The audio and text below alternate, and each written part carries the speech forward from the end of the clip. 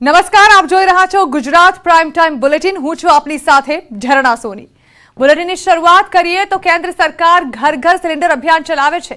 ઉજ્જવલા યોજના ચલાવવામાં આવે છે, પરંતુ આજે આ યોજનાઓની પોલ ખોલીશું। સુરતના પલસાણામાં શાકભાજીની જેમ ખુલ્લેઆમ ગેરકાયદે ગેસના વેપલાનો થયો છે પર્દાફાશ। જો રિપોર્ટ।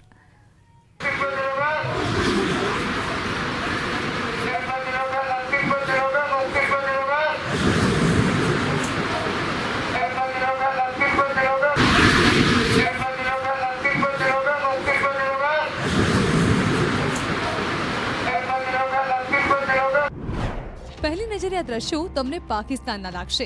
આ તસવીર નિહાળી તમે વિચારતા હશો કે પાકિસ્તાનની કેટલી ખસ્તા હાલત થઈ છે। અરે જરા થોભો, વિચારો પર બ્રેક મારો। આ પાડોશી અને દુશ્મન નંબર 1 દેશ પાકિસ્તાનની તસવીર નથી। આ છે વિકસિત ગુજરાતના સુરત જિલ્લાના પલસાણાના હેરાન કરનારા દ્રશ્યો। જી હા, ચોંકી ગયા ને? સરકાર દ્વારા એલપીજી ગેસને લઈ ગરીબ પરિવારોને સબસિડી મળે અને તેઓના પરિવારને સમયસર ગેસના બાટલા મળી રહે તે માટે અનેક પ્રયાસો કરવામાં આવી રહ્યા છે। તો બીજી તરફ એલપીજી ગેસ રિફિલિંગનો કાળો વેપલો કરતા માફિયાઓ વહીવટી તંત્રના નાક નીચે ખુલ્લેઆમ વેપલો કરી સારી એવી કમાણી કરી રહ્યા છે। સુરત જિલ્લાના પલસાણા તાલુકાની તો ઔદ્યોગિક એકમ ગણાતા જોડવા, તાતીથૈયા, વરેલી, બલેશ્વર અને પલસાણા ખાતે જાહેરમાં શાકભાજીની જેમ માઇક લગાવી 80 રૂપિયા કિલો એલપીજી ગેસનું વેચાણ કરવામાં આવી રહ્યું છે।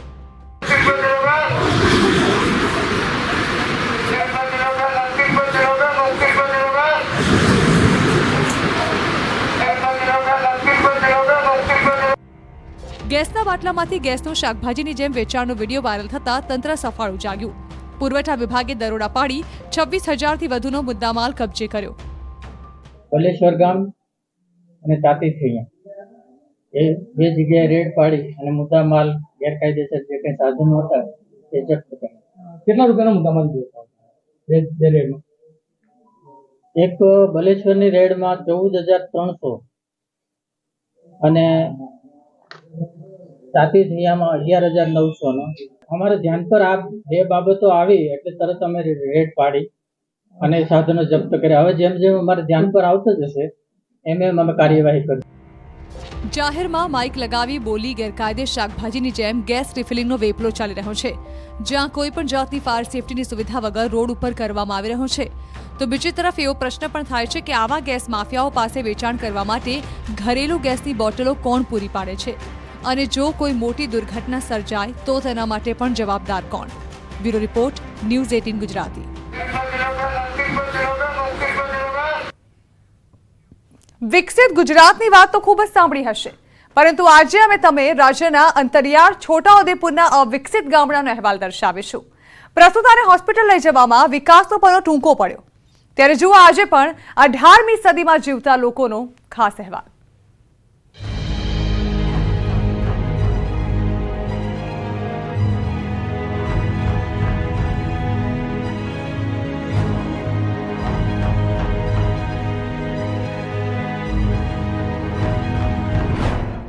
વિકસિત ગુજરાત। ગુજરાતના છેવાડાના ગામડાઓ સુધી રોડ બની ગયા હોવાના મોટા મોટા બણગા ફૂંકવામાં આવી રહ્યા છે।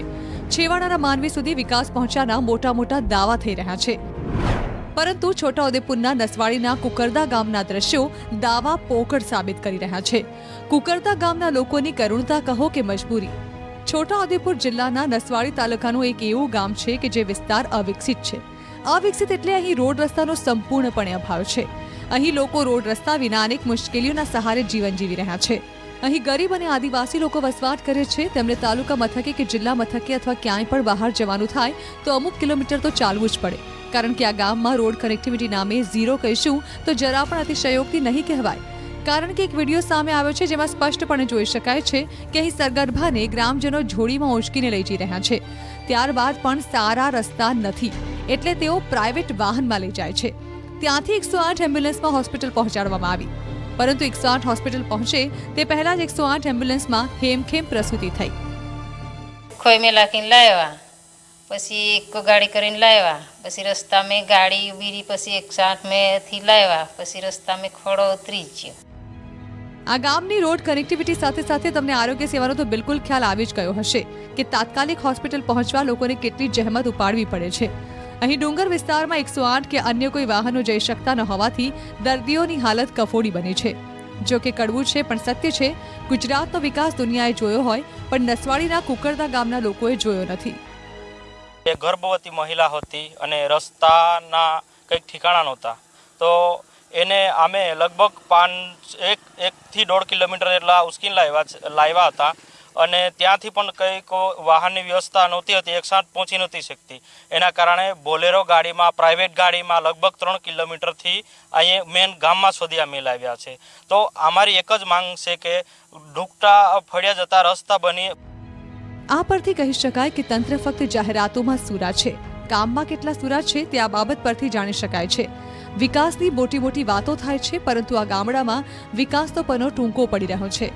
ક્યાં છે વિકાસ?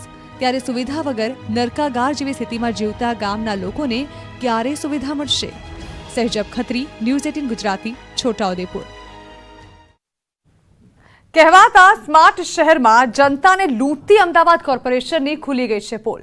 મસમોટા ટેક્સના નામે નાણાં ઉઘરાવવામાં સુરી કોર્પોરેશન જનતાને સુવિધા આપવામાં ઝીરો સાબિત થઈ છે. જુઓ રિપોર્ટ.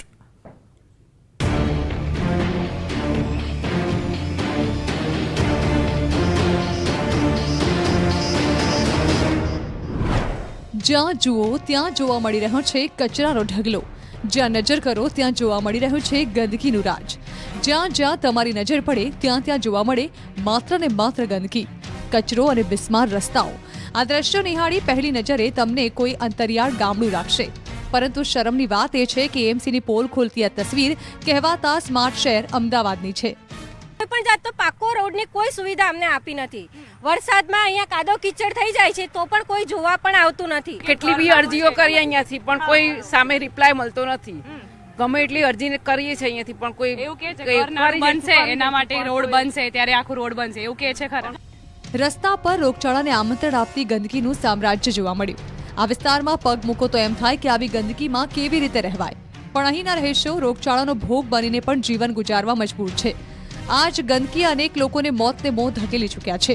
સ્થાનિકોનો આક્ષેપ છે કે અનેકવાર રજૂઆતો કરી હોવા છતાં ગંદકીના પ્રશ્નનો કોઈ ઉકેલ નથી આવતો, જેના પગલે સ્થાનિકોમાં ભારે રોષ વ્યાપ્યો છે. એ ગંદકીમાંથી નાના નાના બાળકોને મચ્છરો કરીને બીમારી એવી ફેલાઈ જાય છે ને, તો એનો ઇલાજ બી નથી થતો. એમાં એક માણસ તો મારો હમણાં જ મરી ગયો છે, 1.5 મહિનો થયો છે. કહેવા જઈએ તો ઝઘડવા આવે, લડવા આવે, અમારું કોઈ સાંભળતું નથી. ના, કોઈ બોલે અહીંયા બધા કોણ બોલે? કોઈ નહીં બોલી શકતું. આ તસવીર અમદાવાદના કહેવાતા પોશ વિસ્તાર ગોતાની છે. એક તરફ અમદાવાદ કોર્પોરેશન દ્વારા જનતા પાસેથી ટેક્સના નામે હજારો રૂપિયા ઉઘરાવવામાં આવે છે, પરંતુ સુવિધાના નામે મળે છે મીંડું. ગોતામાં લાખો લોકો રહે છે, છતાં 10 વર્ષથી આ વિસ્તારમાં રોડ, રસ્તા, સ્ટ્રીટ લાઇટ અને ગટર વ્યવસ્થા જેવી પ્રાથમિક સુવિધાઓ નથી. અને જ્યાં રસ્તો હોવો જોઈએ ત્યાં પથ્થર પડ્યા છે અને લાઇટ હોવી જોઈએ ત્યાં અંધારપટ છવાયેલું છે. અનેક વખત રજૂઆતો કરવા છતાં છેલ્લા 10 વર્ષથી સ્થાનિકોને રોડ અને ગરનાળાના માત્ર વાયદા જ મળી રહ્યા છે. ગોતા વિસ્તારના રહીશો એ હદે કંટાળ્યા છે કે અહીં રહેવું મુશ્કેલ બની ગયું છે. ન્યૂઝ 18ની ટીમ સ્થાનિકો સાથે વાત કરતા સ્થાનિકોએ મુશ્કેલી વર્ણવી. અમે કેટલા વર્ષોથી પરિસ્થિતિમાં છીએ અને કેટલી વાર તો હું પોતે પડ્યો છું. મારે ઘૂંટણમાં પણ તકલીફ થઈ ગઈ છે ને હું હેન્ડીકેપ છું. ઘણી વખત અરજી આપી પણ કે અમે વાત કરીશું. આજે 10-12 વર્ષથી આની આ જ હાલત છે. રાતે તો ધૂળ એટલી ઉડે છે કે રાત્રે ગયડાઓ કે નાના છોકરાઓ બહાર રમી પણ શકતા નથી. ચોમાસાની અંદર તો રોડ દેખાતો જ નથી, એટલું પાણી જોવાય છે, મચ્છરો થાય છે. વંદે માતરમમાં પોલિટિક્સ અને વાડજ વિસ્તારમાં ગંદકી એ વાતની ચાડી ખાય છે કે અત્યાર સુધી લોકોએ જે ટેક્સ ભર્યો તેનું કંઈ પણ વળતર લોકોને નથી મળ્યું. તો શું ટેક્સ વધ્યા બાદના લોકોને પ્રાથમિક સુવિધાઓ મળશે ખરા? તે સવાલ છે. દીપિકા ખુમાણ, ન્યૂઝ 18 ગુજરાતી, અમદાવાદ. હવે નવા રોડમાં ઘાલમેલ કરનારા કોન્ટ્રાક્ટર્સની નથી ખેર. ખરાબ રોડ બનાવવા બદલ થશે જેલ.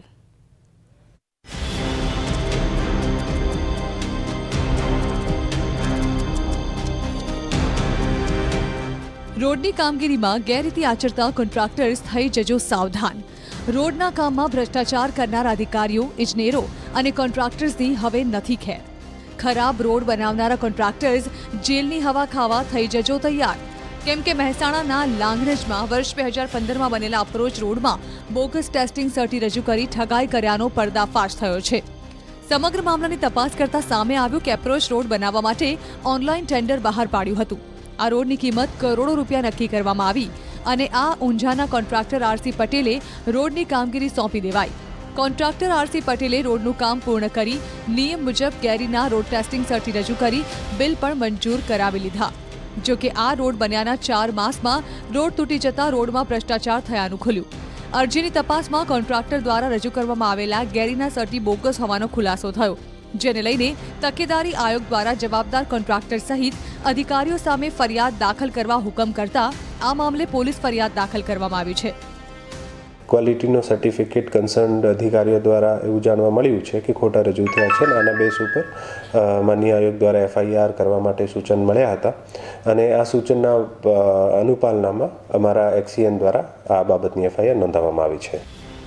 તે સમયે તત્કાલીન કાર્યપાલક ઇજનેર, નાયબ ઇજનેર, વર્ક આસિસ્ટન્ટની રોડનું કામ યોગ્ય થયું છે કે નહીં તે જોવાની જવાબદારી હતી. આમ છતાં કોન્ટ્રાક્ટરે મુકેલ બોગસ સર્ટી વેરીફાઈ કર્યા વિના જ કોન્ટ્રાક્ટરને બિલ ચૂકવી દેવાયું હતું.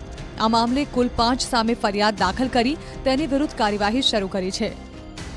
કામ કરતા આના અમુક એન્જિનિયર્સ છે અને આ સાઇટ ઉપર કામ કરતા જે જવાબદાર માણસો છે આના ઉપર નોંધાવવામાં આવી છે.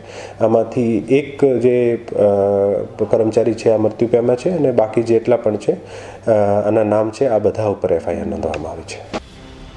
આ કેસમાં જેની સામે ફરિયાદ દાખલ કરવામાં આવી છે તે પૈકીના એક સરકારી કર્મચારીનું નિધન થઈ ચૂક્યું છે, તો 3 સરકારી કર્મચારી નિવૃત્ત થઈ ચૂક્યા છે. ત્યારે હવે આ કેસમાં આગળ શું કાર્યવાહી થાય છે તે જોવું રહ્યું. કેતન પટેલ, ન્યૂઝ 18 ગુજરાતી, મહેસાણા. પોરબંદર રેલવે સ્ટેશનને હેરિટેજ વર્લ્ડ ક્લાસ બનાવવા કેન્દ્ર સરકારે કરોડો રૂપિયાની ફાળવણી કરી છે, પરંતુ રેલવે સ્ટેશન પર સુવિધા શૂન્ય છે. સુરક્ષા જોખમાઈ શકે છે.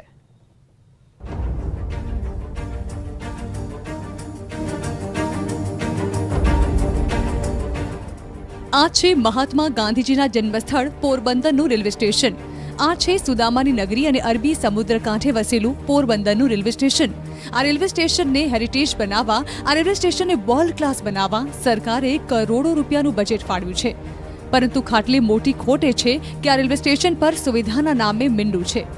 આ રેલવે સ્ટેશન પર તંત્રએ 20થી વધુ CCTV કેમેરા તો લગાવ્યા છે, પરંતુ જાણે તંત્ર આ CCTV કેમેરા શરૂ કરવાનું જ ભૂલી ગયું હોય તેવું લાગે છે. આ રેલવે સ્ટેશન પર દર વર્ષે હજારો મુસાફરોની અવરજવર રહે છે અને છતાં આશ્ચર્યની વાત એ છે કે છેલ્લા 3 વર્ષથી CCTV કેમેરા શોભાના ગાંઠિયા સમાન બની રહ્યા છે. ત્યારે કોઈ ચોરી કે અન્ય કોઈ ઘટના બને તો મુસાફરોની સુરક્ષા વ્યવસ્થા જોખમાઈ શકે છે. લગભગ આપણે જોઈએ તો નાની નાની દુકાનોમાં પણ અત્યારે CC કેમેરા હોય છે અને જ્યારે આ તો સેન્ટ્રલ ગવર્મેન્ટનું કહેવાય રેલવે સ્ટેશન, તો આમાં તો ખૂબ જ જરૂરી છે અને એક દુઃખની વાત છે કે આ CCTV કેમેરા બંધ છે. CCTV કેમેરા રેલવે સ્ટેશન જેવા જાહેર સ્થળે અનિવાર્ય બનાયા છે. CCTVથી મોટા મોટા ગુના ઉકેલી શકાય છે, ત્યારે યાત્રીઓ દ્વારા પ્રશ્ન થઈ રહ્યા છે કે અહીં કોઈ અનિચ્છનીય ઘટના બનશે તો તેના માટે કોણ જવાબદારી લેશે. લોકોની માંગ છે કે વહેલી તકે CCTV શરૂ કરવામાં આવે. CCTV નથી એટલે એ મીંડા પ્રમાણે જ કહેવાય. તો વહેલામાં વહેલી તકે રેલવે તંત્રએ અને બધા અધિકારીઓ આનું ધ્યાન દઈ અને આ પ્રશ્ન સોલ્વ કરી અને CCTV વધુ કેમેરા લગાડવા જોઈએ, જે લોકોની ને પ્રવાસીઓની બધાની સલામતી માટે સારું છે.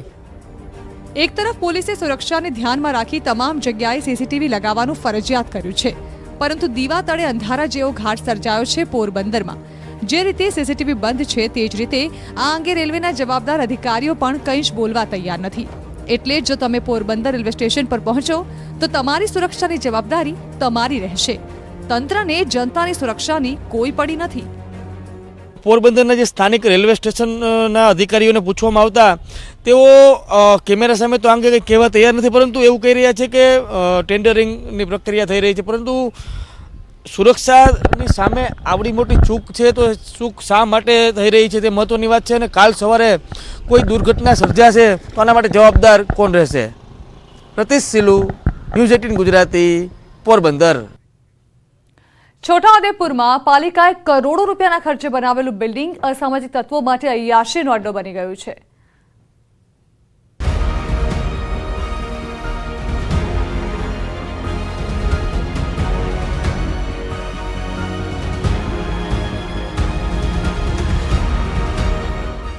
જ્યાં જુઓ ત્યાં ગંદકી, તૂટેલા શટર, તૂટેલા બોર્ડ, પાલિકાનું બિલ્ડિંગ બન્યું અય્યાશીનો અડ્ડો. દૂરથી ડુંગર રળિયામણા.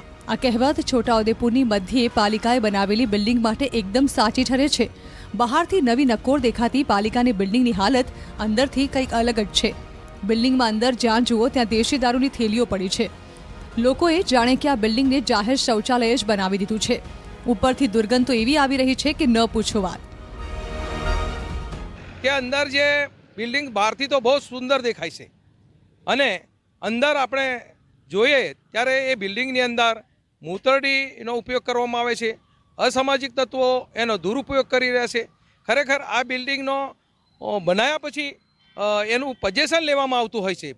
બિલ્ડિંગ કયા પ્રકારનું બન્યું છે તો એ તંત્ર એનું પજેશન મેળવેલું છે કે કેમ? પાલિકાએ 1 કરોડ 70 લાખ રૂપિયા ખર્ચે આ બિલ્ડિંગ બનાવ્યું છે અને બિલ્ડિંગમાં કુલ 40 જેટલી દુકાનો છે. હેતુ એવો હતો કે શહેરમાં સારી સુવિધા ઊભી થાય. એક જ જગ્યાએ શોપિંગ કોમ્પ્લેક્સ બને તો લોકોને ખરીદીમાં સરળતા રહે. જો કે 4 વર્ષથી તૈયાર થયેલી આ બિલ્ડિંગની દુકાનો હજુ હરાજીની રાહ જુએ છે અને એટલે જ લોકો કહી રહ્યા છે કે પાલિકાએ રૂપિયા અસામાજિક તત્વો માટે જ ખર્ચ્યા છે. સંડાસ પેશાબ કરવા માટે અને જુગારો રમવા માટે, દારૂ પીવા માટે અને બાકી રાતના જે ન બોલી શકાય એવા બીજા કેટલાક ન્યુસન્સ લોકો જે પોતાનો ધંધો કરતા હોય છે એ ધંધા માટે આ સરકારે 2 કરોડ રૂપિયા ખર્ચ્યા હોય એવું અત્યારે તો લાગે છે. ઇમારત બનાવતા પહેલા જમીન પર આંગણવાડી હતી, જેનો હેતુ ફેર કરવાની પ્રક્રિયા પૂર્ણ કરતા પહેલા જ કરોડોના ખર્ચે ઇમારત બનાવી દેવાઈ. સરકારી ઇમારતની ફાઇલ પણ સરકારી કચેરીઓમાં એવી દબાઈ ગઈ હતી કે 4 વર્ષ સુધી વહીવટી પ્રક્રિયા જ પૂર્ણ ન થઈ. જો કે આખરે હવે હેતુ ફેર થયો છે તો ફાયર સેફટીના અભાવે બિલ્ડિંગની આવી હાલત છે. એમ સમજો 3.5-4 વર્ષ હેતુફેરની અંદર જ નીકળી ગયા એને ફાઇલને. એના પછી નવી બોડી બની, અમે લોકો સત્તામાં આવ્યા. એના પછી એ ફાઇલને અમે તાત્કાલિક ધોરણે ચલાવી અને હેતુફેર થઈ ગયું એનું.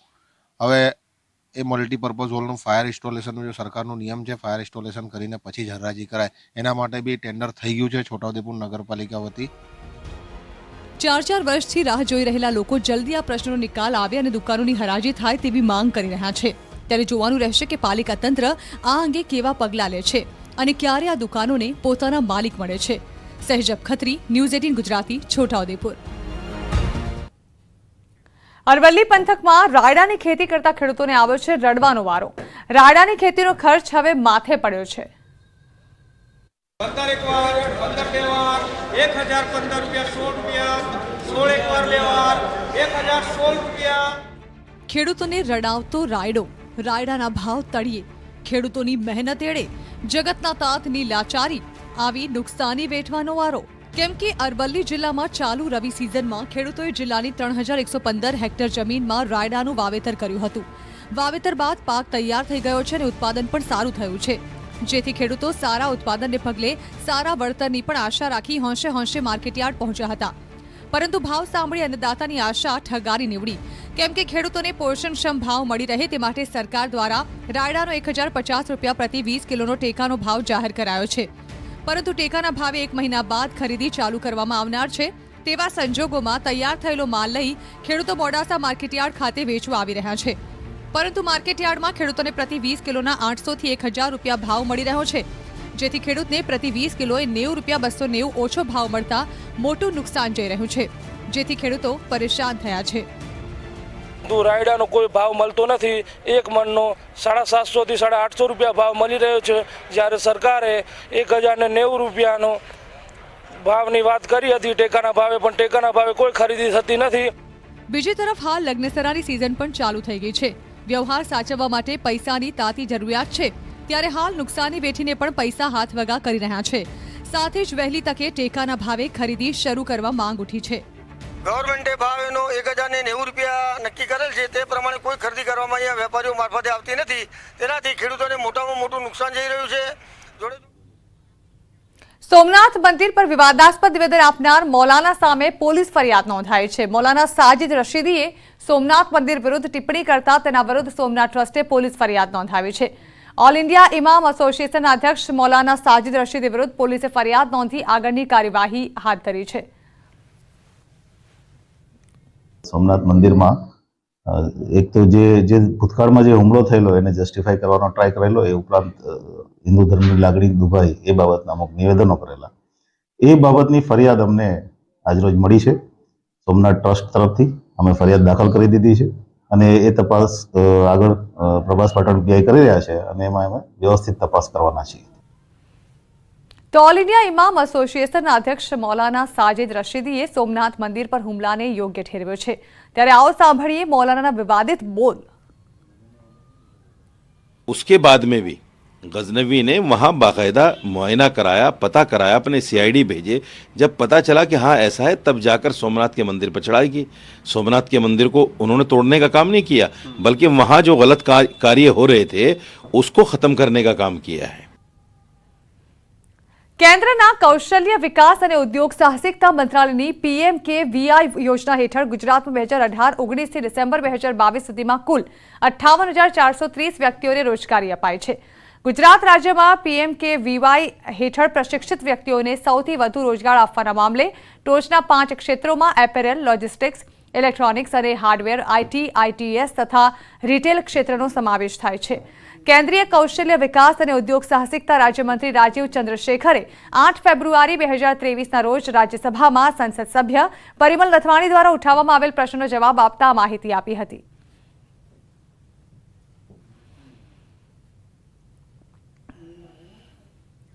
રિલાયન્સ ગ્રુપના ટ્રેન્ડ્સ ફૂટવેરે બોલિવૂડ સ્ટાર્સ કિયારા અડવાણી અને સિદ્ધાર્થ મલ્હોત્રાની બ્રાન્ડ એમ્બેસેડર તરીકે પસંદગી કરી. આ અંગે સિદ્ધાર્થ મલ્હોત્રાએ જણાવ્યું કે દેશભરમાં ફેવરિટ ટ્રેન્ડ્સ ફૂટવેરના બ્રાન્ડ એમ્બેસેડરના ચહેરા તરીકે જોડાઈને હું ખૂબ જ ઉત્સાહિત અને ખુશ છું. કિયારા અડવાણીએ જણાવ્યું કે ફેશન અને ટ્રેન્ડ એકબીજા સાથે જોડાયેલા છે. ટ્રેન્ડ્સ ફૂટવેર એક એવી બ્રાન્ડ છે જે સમગ્ર દેશમાં ગ્રાહકો દ્વારા વ્યાપકપણે સ્વીકૃત અને પ્રિય છે. ટ્રેન્ડ્સ ફૂટવેર દેશના 355 શહેરોમાં 700થી વધુ પોઈન્ટ સેલ પર કાર્યરત છે.